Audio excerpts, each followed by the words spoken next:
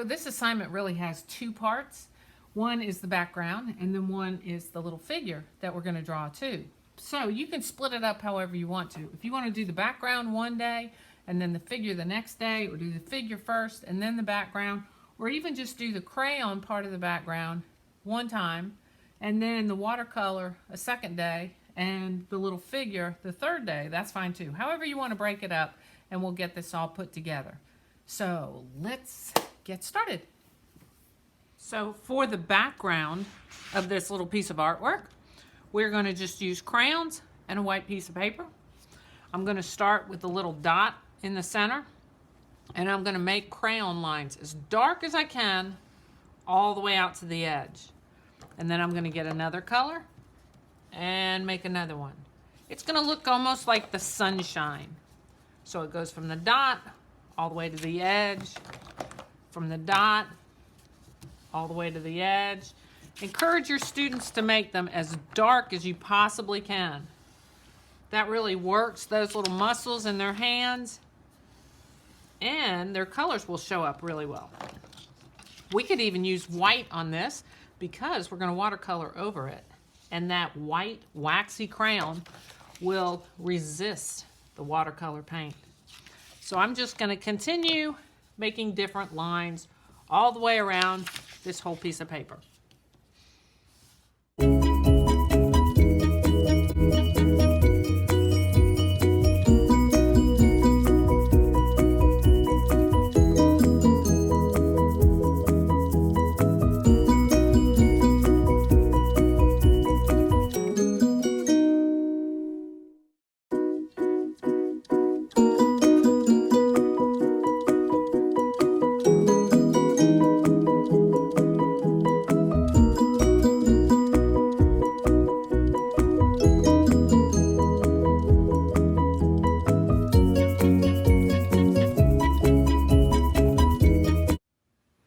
Then I'm going to do the same thing with watercolor. I like to get each of these colors wet before I use them, and that starts the paint getting soft so that it's ready to go. And then I'm going to paint like the starburst on that background paper, like I did with crayons, but this time I'm going to do it with paint. And this paint will resist. So I'll get a little bit of paint on my brush and just paint the background. So the whole paper from top to bottom and side to side is going to be covered with some kind of color. Notice I have some newspaper on there to protect my table. Ooh, look how that white showed up with the blue on there. It makes a nice resist. I can even put some yellow on there, rinse my brush, get the next color. So I'm going to cover the whole entire piece of paper.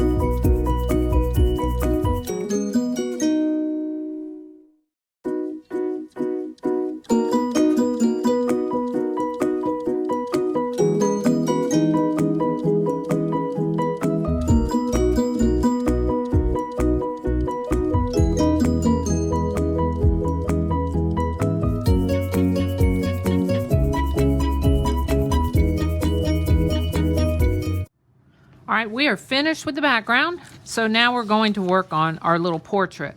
And you want to find either in a magazine or in a newspaper a place that has lots of writing, just words. That nice pattern in the background gives us a very nice little palette with some texture on it to make a drawing. If I was getting a picture out of a magazine, I would avoid this page with all the images on there, and maybe even just work on this page with just the writing on there. And we're going to draw a portrait of a person. I like to tell them it's a self-portrait. All right, so say I'm going to use this space right in through here. And when I teach them how to draw those portraits, I'm going to start with a head. Children always like to start with the head, and then I'll give it a body. Now, if they make the head and the body together, that's absolutely fine. That's age appropriate. This is a little bit more advanced, so if they can separate the head from their body, then that's terrific. Give themselves some eyes, a nose, and a mouth. I like to give them some hair. And if you're a girl with long hair, you can make it come down. The idea is that they are drawing images and not scribbling. Then we talk about arms come out from the body with hands on the end. Arms out from the body with hands on the end. And legs come out from the body with feet. And legs with feet. So if we can kind of get some basic body parts on there, that's terrific. So then last, we're going to cut out the picture just in a very roundabout way. We're not going to be real precise about it, and I like to do this instead of the student doing it, because the students have a tendency to cut off arms and stuff, and these are just too cute not to save. I love anytime they do portraits of themselves. So we're just going to kind of cut this out and include some of that nice texture on there with a broad outline. You can see right there. And then, of course, once the the paint dries on our background, then we will glue. I made my belly really fat, didn't I? Oh my gosh.